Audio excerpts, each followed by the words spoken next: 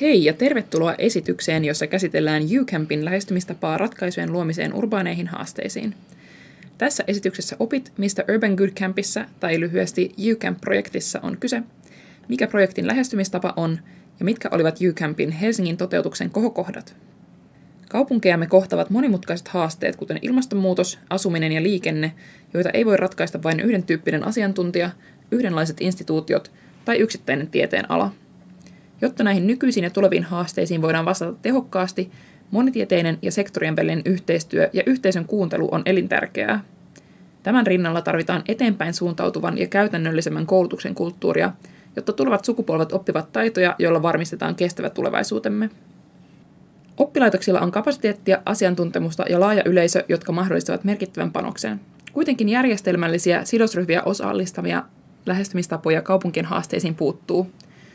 Yliopistojen osallistuminen kaupunkialueeseen on edelleen alhaista koko Euroopassa, ja yliopistoilta puuttuu asianmukaisia strategioita, työkaluja ja resursseja kaupunkialoitteisiin osallistumiseksi.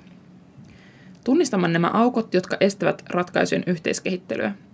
Siksi olemme luoneet tämän projektin, Urban Good Camp, tai lyhyesti sanottuna UCamp. Tällä hankkeella pyrimme valtuuttamaan yliopistot yhteisiin toimiin omien kaupunkialueidensa haasteisiin vastaamiseksi, vahvistamalla vuorovaikutusta kaupunkiyhteisöjen ja innovaattorien kanssa sekä kehittämällä ja toteuttamalla monitieteistä haastepohjaista oppimista. Teemme sen innovaattoriyhteisömme kautta. Konsortioon kuuluu jäseniä Madridin, Porton, Pariisin, Ljubljanan, Amsterdamin, Venetsian ja Helsingin kaupungeista.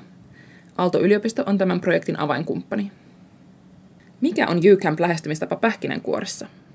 Matka urbaanien haasteiden tiedostamisesta konkreettisten ratkaisujen ehdottamiseen ei ole koskaan suoraviivainen, vaan kyseessä on iteratiivinen prosessi. Tätä prosessia kuvaavat hyvin erilaiset design thinking-mallit, erityisesti Double Diamond-kaavio. 2 timanttia havainnollistavat laajemman tai syvemmän ongelman tutkimista, divergenttiä tai hajauttavaa ajattelua, ja sitten keskittyneen toiminnan toteuttamista, konvergenttista tai kokoavaa ajattelua. Olemme hyödyntäneet tätä prosessimallia UCampin laajempaan metodiseen lähestymistapaan haasteiden määrittämiseksi ja ratkaisujen kehittämiseksi. Kuitenkin, jotta hajautusvaihe voitaisiin toteuttaa tehokkaasti sekä haasteiden määrittelyssä että ratkaisujen kehittämisessä, on tärkeää varmistaa erilaisten näkökulmien monimuotoisuus. Keskitetyn yhteyden luominen on erittäin tärkeää varmistaaksemme, että sekä haasteet että ratkaisut ovat relevantteja kaikille paikallisille sidosryhmille. Siksi ensimmäinen vaiheemme oli rakentaa siltoja kehittämällä innovaattoreiden yhteisöä. Tässä projektissa olemme kokeilleet erilaisia osallistumistapoja ja malleja sidosryhmien kanssa, hyödyntäen myös olemassa olevia yhteisöjä ja tuomalla ihmisiä yhteen ajatusjohtajuuden, henkilökohtaisten verkostojen ja fasilitaation avulla.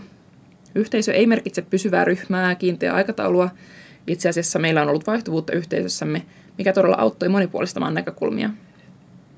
Eri näkökulmat ovat tärkeitä haasteiden määrittelyssä. UCamp-mallissa ehdotamme 2 vaiheen prosessia haasteiden määrittelyyn.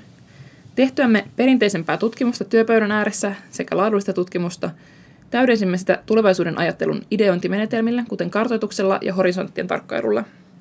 Hyödynsimme yhteisöä haasteiden määrittelyssä. Emme ainoastaan dokumentoineet prosessia, vaan olemme tuottaneet kokoelman kaupunkeihin liittyvistä urbaaneista haasteista, jotka ovat valmiita työstettäviksi seuraavassa vaiheessa. Siltojen rakentaminen ja haasteiden määrittely ovat olleet perustana UCamp-menetelmän kulmakiven luomisessa, vaiheessa, jossa ryhdytään toimiin ja kehitetään ratkaisuja. Määritellyt kaupunkeihin liittyvät haasteet toimivat tehtävinä UCamp-koulutusohjelmassa, kun taas innovaattoriyhteisöt ja niiden tiivis osallistuminen ohjelmaan toimivat tärkeinä yhteyksinä teorian ja käytännön välillä sekä toivottavasti hyödynsaajina ja kiinnostuneina osapuolina ehdotusten hyväksymisessä. Joten mikä on UCamp-koulutusohjelma? Urban Good Camp Training-ohjelma on monitieteinen haastepohjainen innovaatiosprintti bootcamp-muodossa, joka sisältää teoreettista ja käytännön oppimista.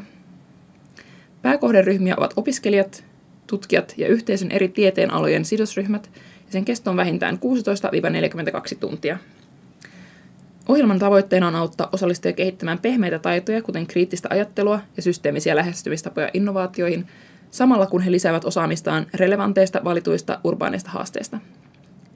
Tavoitteena on lisätä tietoisuutta ja etsiä kestäviä ja räätälöityjä ratkaisuja tulistetuille paikallisille haasteille sekä edistää monialaista ja poikkitieteellistä oppimista tuomalla yhteen eri toimijoita osallistumaan valittujen haasteiden ratkaisuun. Koko ohjelma koostuu 5 sisältötyypistä tai oppimisformaatista, ja kaikki yhdessä muodostavat kokonaisvaltaisemman bootcamp-rakenteen, joka auttaa osallistujia heidän matkallaan ratkaisun kehittämiseksi. Eri elementtejä ja sisältöjä voidaan sekoittaa ja toteuttaa eri muunnelmissa.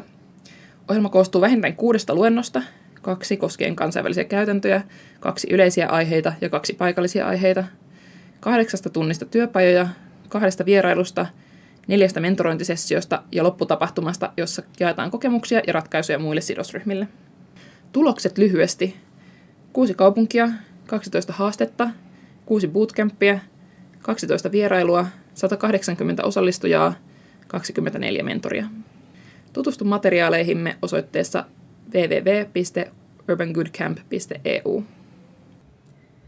Urban Good Camp Bootcamp alkoi tammikuussa ja päättyi maaliskuussa 2023, jolloin opiskelijat esittelivät ratkaisuja 4 erilaiseen julkisen tai yksityisen sektorin kumppaniorganisaation haasteeseen. Tutustutaan niihin tarkemmin.